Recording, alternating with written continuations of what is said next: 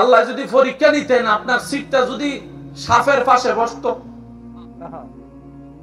সাপের পাশে বসে যদি আপনাকে পরীক্ষা দেওয়া লাগতো, দিতেন? সাপে কইতো। এবার আল্লাহকে বললেন, আল্লাহ সিটটা চেঞ্জ করো, পড়ছে বাঘের পাশে। আমি বুঝাতে চাচ্ছি, শ্রেষ্ঠ হওয়ার জন্য যোগ্যতা দরকার। আমি দ্রুত বলতে যাব, আপনারা শুধু ক্যাচ করতে থাকবেন ইনশাআল্লাহ। এতগুলা হাজার মানুষ, পিছন থেকে কেউ যদি একজনে বলে সাপ আসছে, সবাই বলেন পিছর জনে আগে পালাইবো বুঝলাম, সামনের জন দেখি দৌড় মারে। আমি বললাম ভাই একটু দাঁড়াও না, সাপ এটা থেকে আসতে 2 মিনিট লাগতে পারে। আমার ভাই আমার আমনে থাকেন। এবার বলেন সাপ কয়টা, মানুষ কয় হাজার? 1000 মানুষ পালিয়ে গেল একটা সাপের নাম শুনে। এবার বলেন শ্রেষ্ঠকে? পালাই গেলে শ্রেষ্ঠ হয়? বলেন বলেন বলেন শ্রেষ্ঠকে? আরো জোরে বলেন।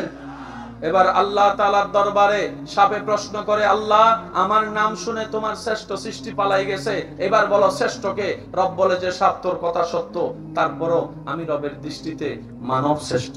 মানব শ্রেষ্ঠ, সুবহানাল্লাহ জোরে বলেন না, মানব শ্রেষ্ঠ। এবার বাঘ মামা বলে, আল্লাহ আমি 1 লাফ দিলে 22 হাত চলে যেতে পারি, মানুষ 1 লাফ দিলে স্কুলের মধ্যে খেলার মধ্যে 5-6 হাতের বেশি যাইতে পারে নাই। আমি বাঘ যদি একবার গর্জন দিই, এই এলাকার একটা মানুষ আর ঘর থেকে বের হবে না, সবাই ভয়ে ঘরের ভিতর ঢুকে থাকবে। আল্লাহ শ্রেষ্ঠকে? রব বলে যে বাঘ তোর কথা সত্য, তারপরও আমি রবের দৃষ্টিতে মানব শ্রেষ্ঠ। মানব শ্রেষ্ঠ, মানব শ্রেষ্ঠ। হাতি বলে যে আল্লাহ আমার যে দেহ দিয়েছো, আমার দেহের সামনে মানবের দেহের কোনো অস্তিত্ব নাই, বলো না একটু কে শ্রেষ্ঠ? রব বলে যে তোর কথাও সত্য, কিন্তু আমি রবের কাছে মানব শ্রেষ্ঠ। মানব শ্রেষ্ঠ। এবার সব সৃষ্টিকে পিছনে ফেলে ফেরেশতা আওয়াজ দেয়, আল্লাহ মানুষও তোমার সৃষ্টি, আমরা ফেরেশতারাও তোমার সৃষ্টি, কিন্তু মানব জাতি হচ্ছে এমন এমন নাফরমান, তুমি যা হা করো তারা সেটা না করে, তুমি যা করতে মানা করো তারা সেটাই বেশি করে, তুমি নামাজ পড়তে বলো একজনা নামাজের কাছেও থাকে না ভালো করে, আর তুমি যা সুদ খাইতে নিষেধ করছো কম বেশি সবাই সুদের সাথে আছে, সুদের সাথে আছে। আওয়াজ দিয়ে বলেন না ভাই, ঠিক কি না? তুমি বলেছো বিয়ে করতে, বিয়ের বেলায় তেমন কেউ না থাকলো, তুমি মানা করছো প্রেম করতে, কম বেশি সবাই ভিতরে বাইরে ফেসবুকে হোয়াটসঅ্যাপে স্কুলে কলেজে প্রেমের মধ্যেই আছে। ফেরেশতা বলে আল্লাহ মানব জাতিকে দেখো গুনাহ আর গুনাহ করে, আমরা ফেরেশতারা গুনাহ করি না, গুনাহ করি না। মানব জাতি তোমার আদেশ অমান্য করে, আমরা ফেরেশতারা তোমার আদেশ অমান্য করি না। আল্লাহ সেই হিসেবে তো আমরা ফেরেশতারা শ্রেষ্ঠ হওয়া দরকার ছিল। কথা বলেন না রে ভাইয়া, আমরা ফেরেশতারাই তো শ্রেষ্ঠ হওয়ার কথা ছিল, কারণ মানুষের গুনাহ আছে, আমাদের কোনো গুনাহ। রব বলে যে ফেরেশতা তোদের সব কথা ঠিক আছে, তারপরও আমি রবের কাছে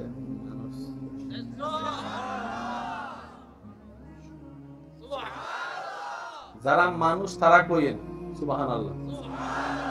আপনারা মনে খুশি অন্য খুশি বন একবার বলেন না সুবহানাল্লাহ। ফেরেশতা বলে আল্লাহ যোগ্যতা না থাকার বড় শ্রেষ্ঠ, তাহলে এই মানুষের ভিতরে কিছু তো একটা আছে। আমি উলামায়ে কেরামের মনোযোগ চাচ্ছি এবং দোয়া চাচ্ছি।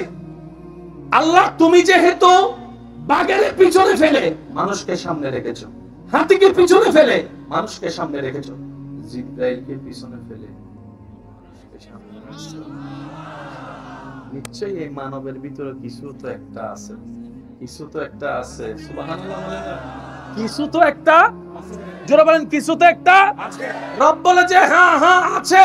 যতগুলা জিনিস তার মধ্যে 2টা প্রধান জিনিস, একটা হলো এই মানবের রূপ ধারণ করে আমার হায়াতুল নবী, জিন্দা নবী, মায়ার নবী, নূরের নবী, ইমামুল আম্বিয়া নবী, গরুর রূপে নয়, বাঘের রূপে নয়, সাপের রূপে নয়, ফেরেশতার রূপে নয়, মানবের রূপে দুনিয়াতে যাবে বলেই ওই নবীর নিসবতে মানব জাতির রূপকে শ্রেষ্ঠ বানিয়ে দিয়েছে। আরেকটু জোরে, আমাদের রূপে নবী এসে আমাদেরকে দামি বানাই দিয়েছে যে ভাই, আল্লাহু আকবার, আল্লাহু আকবার, নলে 2 পয়সা বেচা যাইতাম না আমরা। এই যে কথা কয় না, মাঝে মধ্যে তো নিজের মা বাবা যারা জন্ম দিয়েছে তারা পর্যন্ত আমাদেরকে বলে তোরে ফেটে দইরা ভুল করছি, তোরে ফেটে রাইখা ভুল করছি, তোর মতো ছেলে থাকার চাইতে না থাকা ভালো। নিজের মা বাবা বলে আজকে আমাদের এত দাম। গুনেহগারম সিয়াকারম ওয়ালাকিন বাদাস্তম আস্তাদামানে মুহাম্মদ মুহাম্মদ মুহাম্মদ মুহাম্মদ। আল্লাহ ভাইয়া ভাইয়া ভাইয়া ভাইয়া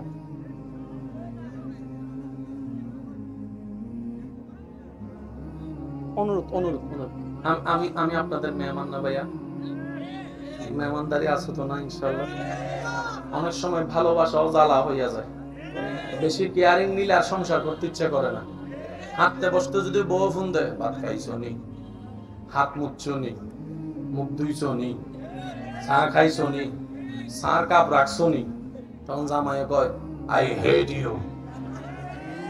কথা বলেন ঠিক না ইমানদার ভাইয়া? আল্লাহর একটা কারণ কি?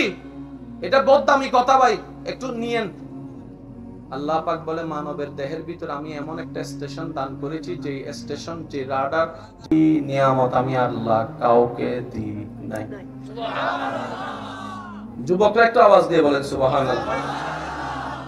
ফেরেশতা বলে আল্লাহ গরুরও দাও নাই? না। বাগেরে? না। আল্লাহ আমি জিবরাইলকে? তোমারও দিই নাই, তোমারও দিই নাই। আমি আপুরের আমার কৃষক বান্দাটার কাছে যাও, ওর ওখানেও আছে। সুবহানাল্লাহ জোরে বলেন না। যে টেম্পো চালায়, অটো চালায়, তার কাছেও আছে। তার ঘরে যেটা ছোট বাচ্চা, ওর কাছেও আছে। আল্লাহ এটা কি? বলে যে সেটা বুঝবা না তোমরা। আল্লাহ তারপরে বলো না ওই জিনিসটা কি যেটা মানবের ভিতর দান করেছো, আমাদেরকে দাও নেই। রব বলে যে, মনোযোগ আছে ভাইয়া, মনোযোগ। রব বলে যে আমি প্রত্যেকটা মানবের বাম দুধের 2 আঙ্গুল নিচে একটা স্টেশন বসিয়ে দিয়েছি। ইন্না ফিল কলবে আইনানে ওয়া উজনানে।